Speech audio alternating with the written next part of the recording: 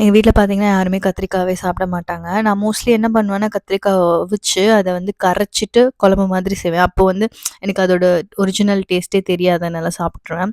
ஆனா வந்து சரி ஓகே நம்ம நான்வெஜ்ஜோட செஞ்சு பார்ப்போம் அப்படின்னு சொல்லிட்டு ஃபர்ஸ்ட் டைம் செய்றேன். ஆனா யூடியூப் பார்த்து தான் அத கத்துக்கிட்டேன். ஆனா ரொம்ப நல்லா இருந்தது. எப்போதும் போல எறா கிரேவி மாரி செஞ்சுட்டு, அதில வந்து அப்படியே கத்திரிக்காவ போட்டுட்டேன். அந்த மாரி ஒரு நான்வெஜ்ஜோட சாப்பிடும்போது அதோட டேஸ்ட் வந்து வித்தியாசமா தெரிஞ்சுது. இந்த யூடியூப்ப பார்த்து ஏதாவது ஒரு குழம்பு செஞ்சு செஞ்சு சாப்பிட்டு எனக்கு வெயிட் தான் போடுது. ரொம்பலாம் சாப்பிடுறது கிடையாது. காலையிலயோ இல்ல நைட்டுக்கோலாம் ரொம்ப சாப்பிட மாட்டேன். வெறும் மதியானம் மட்டும் கொஞ்சம் இந்த மாதிரி செஞ்சத ஃபுல்லா சாப்பிடுவேன். கம்ப்ளீட் மீலா.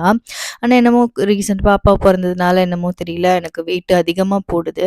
ஆனா இந்த பாய்ஸுக்கெல்லாம் போடவே மாட்டேங்குது. என்னதான் சாப்பிட்டாலும் அப்படியே தான் இருக்காங்க. இந்த லேடீஸ் மட்டும் குழந்தை பொறந்த கொஞ்ச நாள்லயே அவ்ளோ வெயிட் போடுது. இது ஒரே ஸ்ட்ரெஸ்ஃபுல்லா இருக்கு. என்னதான் பண்றதுன்னே தெரியல. எவ்வளோதான் வெயிட் குறைச்சாலுமே வந்து குறையவே மாட்டேங்குது.